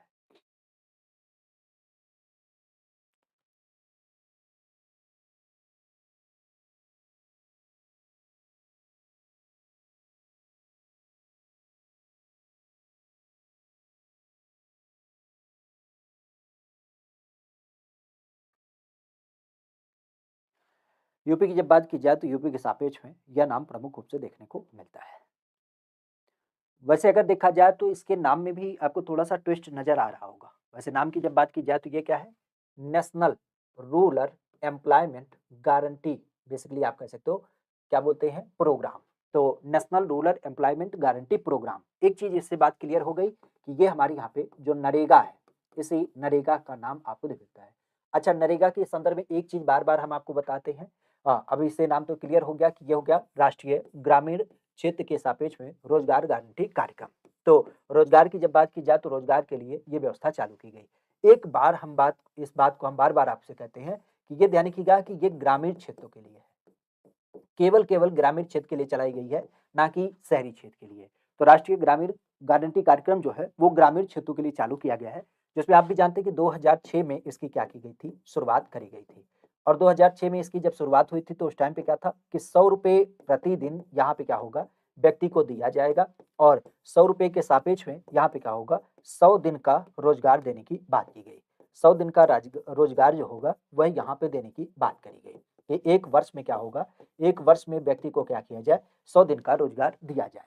नरेगा इसका कार्यक्रम शुरुआत हुआ था, लेकिन आप भी जानते हैं 2 अक्टूबर सन 2009 इस टाइम पे इसका नाम परिवर्तित करते हुए मनरेगा कर दिया गया। मनरेगा के सापेक्ष में क्या शब्द लग गया, एमजी अर्थात महात्मा गांधी। तो अब इसका नाम Mahatma Gandhi national rural employment guarantee act के रूप में इसको नाम दिया जाता है। तो मनरेगा की जब बात की जाए तो मनरेगा हमारे यहाँ पे 2006 में चालू किया गया था, जिसमें ₹100 के दिन के हिसाब से 100 दिन का रोजाना यहाँ पे क्या होता था, प्रति वर्ष आपके रोजगार देने की, प्रति परिवार में खास करके एक ऐसा जो अकुशल श्रमिक है, अकुशल श्रमिक है उसको लोकल स्तर पे ही रोजगार देने की बात करी गई। बेसिक अगर देखा जाए तो यूपी जैसे राज्य में आपने सुना होगा लगभग ₹350 आज वर्तमान में क्या होता है, 1 दिन की इसमें क्या की जाती है, पेमेंट वगैरह देखने को मिल जाती है। ठीक है? तो ये नाम ध्यान रखिएगा। आगे की जब बात की जाए तो एक नाम साबित होता है किसको लेकर के, कि जिला अस्पतालों की जब बात की जाए तो जिला अस्पतालों के लिए हमारे यहाँ पे भारतीय लोक स्वास्थ्य मानक की जब बात की जाए तो मानक के अनुसार 10 लाख की अगर जनसंख्या है तो उस लिहाज से कम आपके कितने बेड होने चाहिए, किसमें, जिला स्तर में। मतलब इसने ये कहा है कि अगर मान लेते हैं कि जो एक जिला है, इस जिले में 10 लाख की संख्या निवास करती है, तो औसतन एक बेड की जो रिक्वायरमेंट है वो कितनी होनी चाहिए अंतर्राष्ट्रीय मानक के अनुसार। अब जैसे आपने सुना होगा विभिन्न प्रकार की जो आपदाएँ आती हैं, पिछले क्रम को याद करिए जैसे कोरोना आया था। कोरोना काल में जब लोगों की बीमारियाँ बढ़ती चली गई, तो अस्पतालों में बेड नहीं मिल रहे थे। आपको याद होगा। अब आप समझिए कि अगर अंतर्राष्ट्रीय मानक को हमने ध्यान में रखा होता और हमारे यहाँ पे सुविधाएँ व्यवस्थित होती, तो शायद ये दिन ना देखने मिलते। लेकिन कुछ भी नहीं कहा जा सकता जब आपकी आपदा आती है। अभी तो आपने सुना होगा एचएमपीवी वायरस जो पिछला वायरस है, अचानक से निकल के आ गया है। काफ़ी खतरनाक माना जा रहा है। कई सारे लोग उसके कैसे तो दबाव में आ चुके हैं। इवन अभी बैक टू बैक आपने सुना होगा एक टकला वायरस करके आ गया है कुछ, ठीक है? तो नाना प्रकार के नाम ऐसे आते रहते हैं। तो इसी स्वास्थ्य व्यवस्थाओं की जब बात की जाए तो उसी के लिए ये बात चलती है। जैसे अब यहाँ से हमारे यहाँ पे स्वास्थ्य सुविधाओं को दुरुस्त रखने की बात की जाती है। तो मूलतः अगर देखा जाए तो यहाँ पे क्या बात कही गई? यहाँ पे बात की गई कि 10 लाख की अगर जनसंख्या किसी जिले में है, तो इतना आपका अस्पताल होना चाहिए। तो वर्तमान में हमारे यहाँ पे क्या है? वर्तमान हमारे यहाँ पे 300 बेड क्या कहा गया कि 300 बेड का अस्पताल जो होना चाहिए, वह आपके अंतर्राष्ट्रीय मानक के अनुसार किसके? अंतर्राष्ट्रीय मानक की जब बात की जाए, जिसमें आपने नाम सुना होगा Indian council of medical research, ठीक है? Indian council of medical research या फिर यूएनओ की जब बात की जाए तो यूएनओ वगैरह के माध्यम से क्या किया जाता है? इसको एक तरीके से समर्थित किया जाता है कि अगर किसी जिले में 10 लाख की जनसंख्या है तो उस लिहाज से 300 बेड का अस्पताल आपका होना चाहिए। हालाँकि यूपी की जब बात की जाए तो यूपी अब इस रास्ते में थोड़ा-सा आगे बढ़ रही है क्योंकि हमारे यहाँ पे एक जिला, एक अस्पताल, एक अस्पताल ये एक कॉन्सेप्ट को लाया गया है और ये अस्पताल कम चिकित्सालय, ठीक है? बेसिक आप कह सकते हो कि जहाँ पे क्या किया जाएगा, पढ़ाई कराई जाएगी। एक जिला अस्पताल के कॉन्सेप्ट को ध्यान में रखते हुए 300 बेड का अस्पताल यहाँ पे क्या किया गया, अनुरक्षित किया गया, ठीक है? नाम की जब बात की जाए तो एक नाम समित होता है किसको लेकर के कि घरेलू व्यक्तिगत सौर जल हीटर के लिए आर्थिक सहायता योजना के अंतर्गत उत्तर प्रदेश राज्य में जो प्रोत्साहन दिया जाता है, ये बेसिकली क्या होता है? घरेलू व्यक्तिगत सौर जल हीटर, इसके अंतर्गत आर्थिक सहायता योजना दी जाती है। सीधे शब्दों में अगर देखा जाए तो हमारे यहाँ पे आपने सुना होगा कि अगर कोई व्यक्ति अपने घर पे क्या करता है, सौर ऊर्जा लगवाता है, सौर ऊर्जा संयंत्र लगवाता है, तो उसपे सरकार क्या करती है, आपको सब्सिडी देती है। तो उसी की बात यहाँ पे करी जा रही है।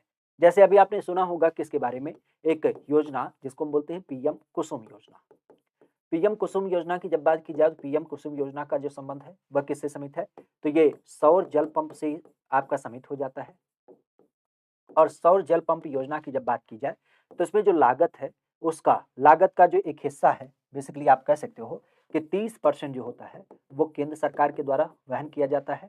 30% का जो हिस्सा है वो राज्य सरकार के द्वारा वहन होता है, अर्थात ये दोनों आपके छूट हो जाती है। बाकी 30% जो आपकी एक हिस्सेदारी होती है, वो आपको ऋण मिल जाता है किसके माध्यम से? बैंक वगैरह के माध्यम से और सीधे तौर पे 10% जो होता है, वह किसान को लागत के रूप में लगाना पड़ता है। तो ओवरऑल अगर देखा जाए तो 40% पैसा आपको लगाना होता है और 60% आपका क्या होता है? सब्सिडी हो जाता है। अगर आप अपने घरों पे सोलर पंप लगवाते हैं, खेती में सिंचाई वगैरह के लिए। अभी आपने नाम सुना होगा एक और योजना, पीएम सूर्य घर योजना। पीएम सूर्य घर योजना की जब बात की जाए तो यह योजना भी इसी क्रम में आपको दिख सकती है। इसका टारगेट क्या है कि घरों में 300 यूनिट जो एक बिजली का खर्च होता है, उसको हम क्या करें, प्रति वर्ष आपका बचा पाएँ, ठीक है? तो इस खर्च को बचाने के लिए सरकार ने एक लक्ष्य रखा कि सूर्य घर योजना के अंतर्गत व्यक्ति अपने घरों के छतों पर सोलर पैनल वगैरह लगवाए। तो इसमें भी सरकार का एक लक्ष्य है कि 30% जो होगा, वो केंद्र सरकार के द्वारा यहाँ पे सब्सिडी दी जाएगी। इवन अगर देखा जाए तो यहाँ पे कहीं पे 30% कहीं पे 25% अलग-अलग है, राज्य सरकार के द्वारा सब्सिडी दी जाएगी। मतलब ओवरऑल इसमें भी क्या है, आपकी सब्सिडी की जो धनराशि है वो 30% है और 40% जो है वो क्या होगा, वह लागत हो जाएगा और ये लागत क्या होगा, व्यक्ति के द्वारा वहन किया जाएगा। मतलब जो इसको लगवा रहा है, उसको इसका पूरा जो धनराशि होगा, वो आपका देना पड़ेगा। इसमें भी समस्या है, मतलब समस्या क्या है, एक समाधान है कि अगर आपके पास तुरंत पैसा नहीं है तो आप बैंक से लोन वगैरह ले सकते हैं, ठीक है? तो पीएम सूर्य घर योजना जिसका एक लक्ष्य था कि आने वाले वर्षों में 1 करोड़ घरों में तो कम से कम हमें क्या करना है, इस सेवा को स्थापित करवा देना है, ठीक है? क्योंकि हमारा एक लक्ष्य है कि हमारा जो जीवाश्म ईंधन है, उसको छोड़ करके हम कहाँ पे आगे बढ़ें, अग्रसर हों। तो जो हमारे यहाँ पे सूर्य एक आप भी जानते हैं ऊर्जा का एक अनवरत स्रोत है, उसको लेकर के हमारे यहाँ पे ये कहा गया कि अगर हम सूर्य का चुनाव कर लें, किसके सापेक्ष? अपने दैनिक जीवन में, खास करके किसको लेकर के? ऊर्जा स्रोत के रूप में, तो ये बड़ा बेहतर होगा क्योंकि ये कभी खत्म होने वाला स्रोत नहीं है। अब यहाँ पे अगर देखा जाए तो यहाँ पे सरकार इसके अंतर्गत क्या देती है? तो ज़ाहिर-सी बात है सब्सिडी, और सब्सिडी को हम क्या बोलते हैं? बट्टा। सब्सिडी की जब बात की जाए, तो सब्सिडी को हमारे यहाँ पे बट्टा नाम दिया जाता है, ठीक है? आगे की जब बात की जाए तो एक नाम आता है किसके रूप में कि उत्तर प्रदेश की प्रमुख व्यावसायिक फसल कौन-सी मानी जाती है? उत्तर प्रदेश की प्रमुख व्यावसायिक फसल कौन-सी मानी जाती है? गेहूँ, गन्ना, चावल या फिर मक्का? पहली बात तो ये ध्यान रखिएगा, व्यावसायिक फसल या जिसको हम क्या बोलते हैं? कैश क्रॉप के रूप में नाम देते हैं। कैश क्रॉप की जब बात की जाए, कैश क्रॉप एक ऐसा फसल होता है जिसको डायरेक्टली बेच करके हम पैसा प्राप्त करते हैं। वर्तमान में हमारे यहाँ पे चाय, कॉफ़ी और गन्ना, ये नाम आपको देखने को मिलते हैं। तो चाय, कॉफ़ी और गन्ना की जब बात की जाए तो ये नाम आपके जो होते हैं, ये व्यावसायिक फसल के रूप में या फिर कैश क्रॉप के रूप में नाम दिया जाता है। अब यहाँ पे अगर देखा जाए तो गन्ना आपके क्या है, यूपी में बेहतर मात्रा में उगाया जाता है। तराई क्षेत्र की जब बात की जाए तो तराई क्षेत्र इसके लिए क्या है, सबसे उपयुक्त आपका माना जाता है। तो व्यावसायिक फसल की जब बात की जाए तो ये आपका गन्ना हो जाता है। बाकी गेहूँ, चावल की जब बात की जाए तो ये सब क्या होते हैं, ये हमारे यहाँ पे खाद्यान्न फसल होते हैं। खाद्यान्न फसल की जब बात की जाए या जिसको हम एक तरीके से धान्य फसल कहते हैं, जिसमें अनाज के दाने मिलते हैं और इससे हम लोग क्या बोलते हैं, अपने खाने-पीने में इस्तेमाल करते हैं, ठीक है? तो चावल और गेहूँ की जब बात की जाए तो ये इससे समित आपका माना जाता है। मक्का की जब बात की जाए तो मक्का तो एक तरीके से हमारे यहाँ पे मोटे अनाज में आ जाता है और बेसिक अगर देखा जाए तो भुट्टा हमारे यहाँ पे नाम दिया जाता है। कहा जा रहा है कि 1 ग्राम की जब बात की जाए तो 1 ग्राम में खास करके जो वार्ड बनते हैं, अगर हम इस वार्ड की बात की जाए, तो वार्ड के कितने सदस्य होते हैं जिनको हम अपने यहाँ पे क्या बोलते हैं, पंच के रूप में नाम देते हैं, ठीक है? तो कितने सदस्य ऐसे होते हैं जिनको हम पंच कहते हैं? 5 से 20, 7 से 17, 10 से 20 या फिर 5 से 9। ग्राम पंचायत की जब बात की जाए तो ग्राम पंचायत के अंतर्गत खास करके जब हम वार्डों की बात करते हैं तो वार्डों में चुने हुए जो सदस्य होते हैं, वह नाम आपको देखने को मिलता है।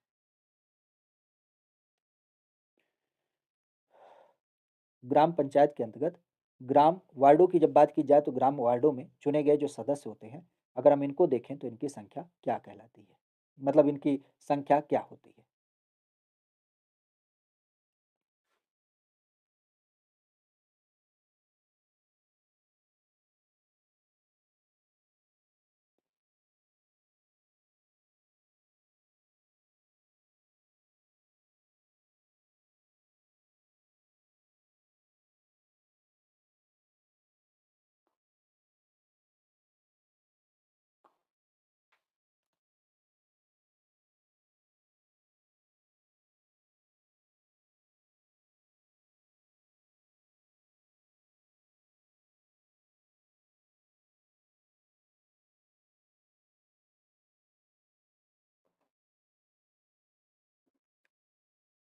बेसिक अगर देखा जाए तो हमारे यहाँ पे जब हम इस संख्या की बात करते हैं तो ये संख्या हमें देखने को मिलती है।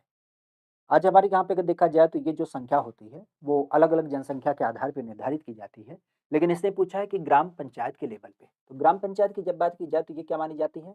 सबसे प्राथमिक या जिसको हम एक तरीके से क्या बोलते हैं, सबसे निचला स्तर नाम दिया जाता है। तो वर्तमान में अगर देखा जाए तो वर्तमान में हमारे यहाँ पे जो सदस्य की संख्या होती है, वो कितनी निर्धारित है? तो यह आपको दिख मिलती है आज यूपी के सापेक्ष में। अगर हम इसकी बात करें, तो इसकी संख्या हमारे यहाँ पे जो होती है, वो उस गाँव पंचायत की जब बात की जाए, तो ग्राम पंचायत में निवास करने वाली जो जनसंख्या होती है, उस ग्राम पंचायत के सापेक्ष में, ग्राम पंचायत में निवास करने वाली जो एक जनसंख्या होती है, उसके सापेक्ष आपको दिख मिलती है। हाँ, यहाँ पे एक चीज़ ये ध्यान रखिएगा कि इसकी जब बात की जाए तो इनका जो चुनाव होता है, वह किसके माध्यम से होता है? तो इनका चुनाव होता है प्रत्यक्ष तरीके से और इनके चुनाव की जब बात की जाए तो इनका चुनाव जो होता है, वो 5 वर्ष के लिए होता है। इवन अगर देखा जाए तो 1 तिहाई सीटें जो हैं, वह किसके लिए होती हैं? तो 1 तिहाई सीटें जो हैं, वो आपके महिला के लिए आपके रिज़र्व भी की गई हैं। ठीक है? महिला आरक्षित की जब बात की जाए तो महिला आरक्षित भी आपको देख मिलती है। सीटों की जब बात की जाए तो सीटों में कौन होते हैं? तो पहला होता है प्रधान, प्रधान प्रधान या जिसको हम सरपंच नाम देते हैं, प्रधान या सरपंच या जिसको हम क्या बोलते हैं, मुखिया भी नाम देते हैं। वर्तमान में अगर देखा जाए तो ये इसका क्या हो जाता है, समिति के सापेक्ष में पूरी तरीके से अध्यक्ष। एक व्यक्ति इसका होता है उपाध्यक्ष, और उपाध्यक्ष की जब बात की जाए तो ये कौन होता है? ये सामान्यतः हमारे यहाँ पे उप प्रधान का नाम दिया जाता है, या फिर जिसको हम उप सरपंच की संज्ञा देते हैं। और बाकी अगर देखा जाए तो सदस्य आपके इसमें शामिल होते हैं। अब ये जो सदस्य होते हैं ये अलग-अलग प्रकार के होते हैं, जिनकी संख्या अलग-अलग सेशन में अलग-अलग संचित की गई है।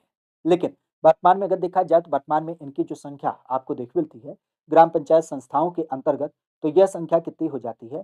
तो इस संख्या की जब बात की जाए तो ये संख्या अलग-अलग संदर्भों में आपको मिलती है। लेकिन वर्तमान में अगर देखा जाए तो इस संख्या को हम देखते हैं अपने यहाँ पे कितना, खास करके जब हम बात करते हैं किसको लेकर के, 5 से लेकर के 20। 5 से लेकर के 20 ये आपके नाम हो जाते हैं।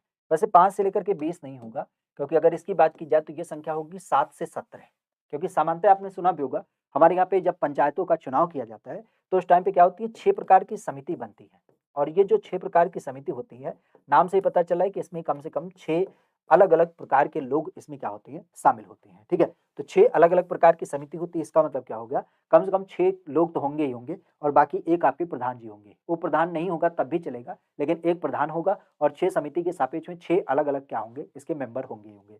तो 7 से लेकर के 17 ये आपका क्या हो जाता है, इसका नंबर आपको देखने को मिल जाता है, ठीक है? नाम की जब बात की जाए तो कहा जा रहा है कि उत्तर प्रदेश के अंतर्गत जब हम उच्च न्यायालय के मुख्य न्यायाधीश की बात करते हैं, तो इस मुख्य न्यायाधीश की जो नियुक्ति की जाती है, वह किसके द्वारा करी जाती है? उच्च न्यायालय के मुख्य न्यायाधीश, इनकी नियुक्ति किसके द्वारा की जाती है? ये हमारे यहाँ पे करते हैं प्रधानमंत्री के द्वारा, भारत के राष्ट्रपति के द्वारा, सर्वोच्च न्यायालय के मुख्य न्यायाधीश के द्वारा, या फिर आपके गवर्नर, या जिनको हम एक तरीके से क्या बोलते हैं, अपने यहाँ पे राज्यपाल भी नाम देते हैं, ठीक है? तो गवर्नर या फिर आपके राज्यपाल, कौन से एक व्यक्ति हैं जिनके द्वारा क्या होता है, उच्च न्यायालय के मुख्य न्यायाधीश की नियुक्ति की जाती है। उच्च न्यायालय के मुख्य न्यायाधीश की नियुक्ति करी जाती है। तो ध्यान रखिएगा, उच्च न्यायालय के मुख्य न्यायाधीश की जब बात की जाए तो ये जो चीफ जस्टिस ऑफ इंडिया है, खास करके सुप्रीम कोर्ट के, उनसे क्या किया जाता है, सलाह लिया जाता है। और उनसे सलाह लेने के उपरांत ही हमारे यहाँ पे क्या होता है, खास करके जो एक तरीके से कह सकते हो कि यहाँ पे भारत के राष्ट्रपति होते हैं। सामान्यतः अगर देखा जाए तो आपने इसके बारे में सुना भी होगा, भारत के राष्ट्रपति की जब बात की जाए तो भारत के राष्ट्रपति के द्वारा यहाँ पे इनकी नियुक्ति करी जाती है, ठीक है? तो यहाँ पे अगर देखा जाए तो यहाँ पे किसके द्वारा की जाती है? भारत के राष्ट्रपति के द्वारा। इवन अगर देखा जाए तो भारत के राष्ट्रपति के द्वारा ही हमारे यहाँ पे जब हम बात करते हैं सुप्रीम कोर्ट के चीफ जस्टिस, तो सुप्रीम कोर्ट के चीफ जस्टिस और सुप्रीम कोर्ट के चीफ जस्टिस के अलावा खास करके जब हम बात करते हैं जो राज्यों के सापेक्ष में, ठीक है? तो राज्यों की जब बात की जाए तो राज्यों के लिए, राज्यों के खास करके जब हम बात करते हैं हाई कोर्ट के चीफ जस्टिस, ठीक है? तो राज्यों के हाई कोर्ट के चीफ जस्टिस और सुप्रीम कोर्ट के जो चीफ जस्टिस या अन्य जस्टिस होते हैं, उन सबकी नियुक्ति आपके भारत के राष्ट्रपति के द्वारा ही किया जाता है। राज्यपाल की जब बात की जाए तो राज्यपाल किनकी नियुक्ति करता है? तो ये महाधिवक्ता की नियुक्ति करता है। महाधिवक्ता के अलावा अगर देखा जाए तो ये किसकी नियुक्ति करता है? तो ये नियुक्ति करता है हमारे यहाँ पे, एक तरीके से आपने नाम सुना होगा, राज्य लोक सेवा आयोग के अध्यक्ष, ठीक है? तो राज्य लोक सेवा आयोग की जब बात की जाए तो राज्य लोक सेवा आयोग के जो अध्यक्ष हैं, उनकी नियुक्ति इनके द्वारा की जाती है। जो विभिन्न प्रकार के हमारे यहाँ पे राज्यों के आयोग होते हैं, उन आयोग के अध्यक्षों की नियुक्ति इन्हीं के द्वारा की जाती है। और साथ ही साथ अगर देखा जाए तो यहीं पे आपने नाम सुना होगा कि मुख्यमंत्री, और मुख्यमंत्री के अलावा जो आपका मंत्रिमंडल होता है, उन सबकी जो नियुक्ति होती है, वह इन्हीं के द्वारा करी जाती है, ठीक है? तो जितना भी काम राज्य से समित होता है, वह कार्य इनके द्वारा किया जाता है, ठीक है? तो यहाँ पे भारत के राष्ट्रपति चीफ जस्टिस का नियुक्ति करते हैं। हाँ, ये जरूर है कि इनकी जो नियुक्ति के बाद बात आती है शपथ दिलाने की, तो शपथ किसके द्वारा दिलाया जाता है? तो शपथ राज्य का विषय हो जाता है, तो ये दिलाया जाता है राज्यपाल के द्वारा। तो शपथ दिलाया जाता है राज्यपाल के द्वारा, लेकिन नियुक्ति जो होती है वो राष्ट्रपति सलाह लेता है सुप्रीम कोर्ट से, सुप्रीम कोर्ट के चीफ जस्टिस से, और उसके उपरांत ये यहाँ पे नियुक्ति करता है। नाम की जब बात की जाए तो कहा जा रहा है कि उत्तर प्रदेश में एक वर्ष में कितनी न्यूनतम ग्राम सभा की बैठक जो होती है वह अनिवार्य होती है। ग्राम सभा की बैठक या फिर मीटिंग की जब बात की जाए तो एक वर्ष में यह कितनी आपकी अनिवार्य होती है? उत्तर प्रदेश जैसे राज्य की जब बात की जाए तो 3, 4, 5, 6, 7, 8, 9, 2 कितनी आपकी बैठक होनी चाहिए? राज्य की जब बात की जाए तो राज्य में बैठक की जब बात की जाती है।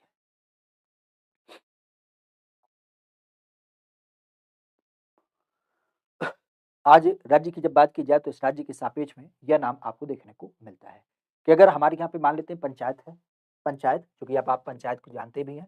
पंचायत की जब बात की जाए तो पंचायत जिसको हमने क्या किया, ख़ास करके 73वें संविधान संशोधन के अनुसार 11वीं अनुसूची में ऐड कर दिया और इस तरीके से इसको हमने क्या किया, ख़ास करके आपने यहाँ पे एक संवैधानिक दर्जा भी प्रदान कर दिया, ठीक है? तो संवैधानिक दर्जा इसको प्रदान कर दिया। अब इसके अनुसार आप भी जानते हैं, हमारे यहाँ पे जो एक मूल बैठक का आधार होता है, ये बैठक का एक कॉन्सेप्ट रखा गया है कि देखो बैठक अनिवार्य नहीं है, लेकिन ये ज़रूर है कि बैठक में 6 माह का अंतर नहीं होना चाहिए, ठीक है? तो 6 माह का अंतर नहीं होना चाहिए, ये बात यहाँ पे तय की गई है। अब बैठक कैसे आयोजित की जाएगी? ये प्रधान के अंतर्गत मतलब जो ग्राम सभा की पूरी बैठक है, उसके अंतर्गत आयोजित होगा।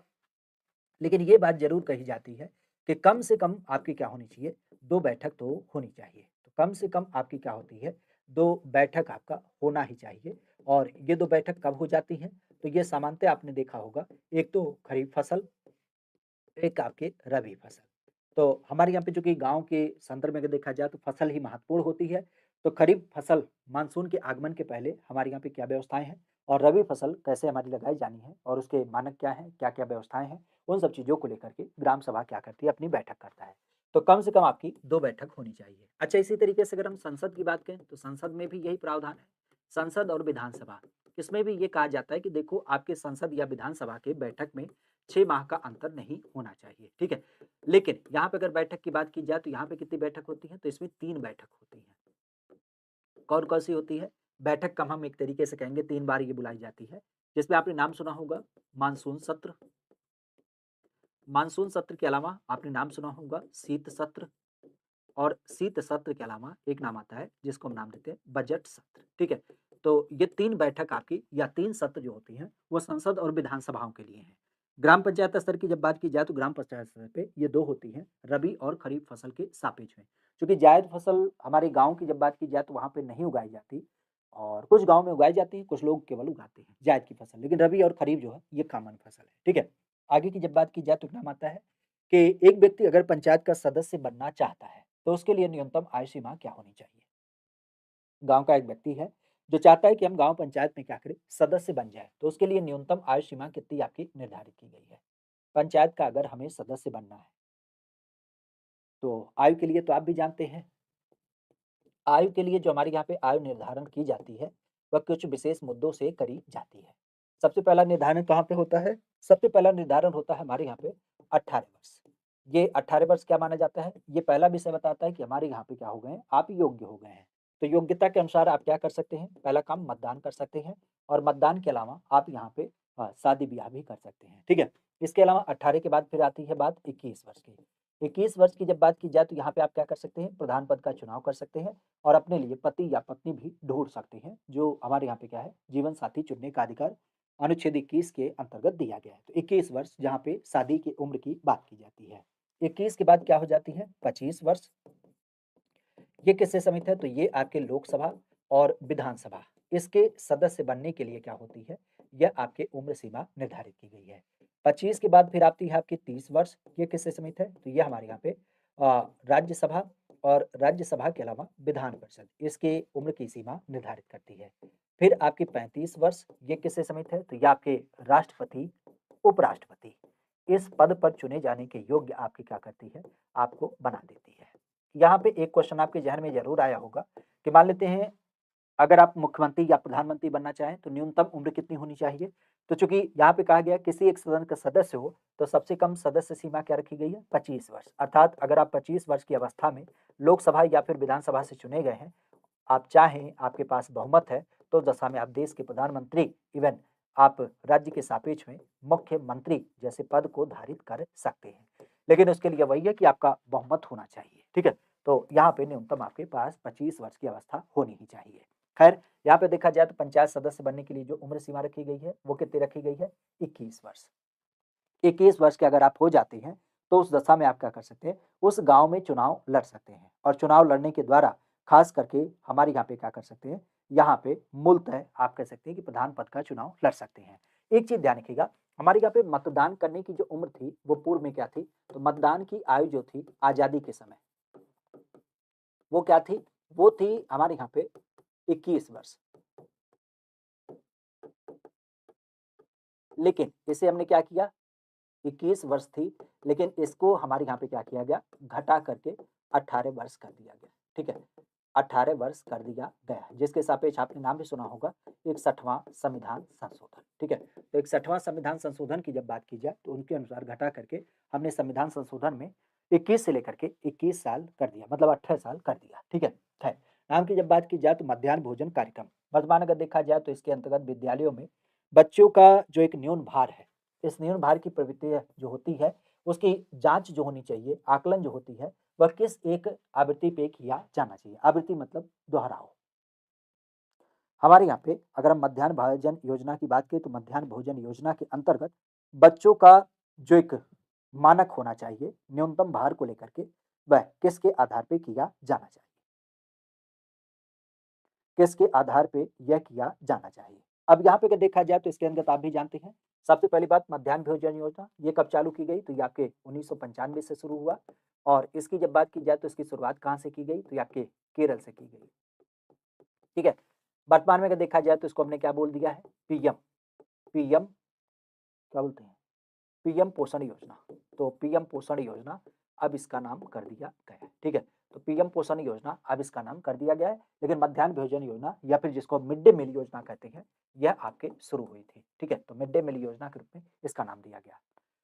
सरकार के सापेक्ष अगर देखा जाए तो यहाँ पे ये बात कही गई कि देखो यहाँ पे जो जांच पड़ताल होनी चाहिए, तो जांच जो होनी चाहिए वो दैनिक होनी चाहिए, खाने की गुणवत्ता का। ठीक है, तो खाने की गुणवत्ता की जब बात की जाए तो खाने की जो गुणवत्ता है उसकी तो जांच गार्जियन के द्वारा डेली स्तर पे किया जाए तो ये बड़ा बेहतर होगा, ताकि बाद में वो शिकायत ना करे।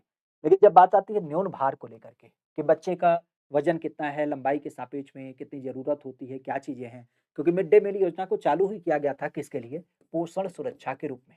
तो पोषण सुरक्षा मिल रहा है कि नहीं मिल रहा है, या फिर अगर उसमें कोई कमी है तो उसको एक्स्ट्रा पोटेंशियल या फिर एक्स्ट्रा पोषण दिया जा सके, उसके लिए इसकी जाँच कैसी होनी चाहिए, तो इसकी जाँच होनी चाहिए अर्धवार्षिक। मतलब 1 साल में कम से कम 2 बार आपका ये जाँच होना चाहिए कि बच्चे का जो खिलाने-पिलाने का एक स्तर है, उसमें क्या ग्रोथ हो रहा है कि नहीं हो रहा है, या फिर कोई गलत मानक इसमें व्यवस्थित हो रहा है।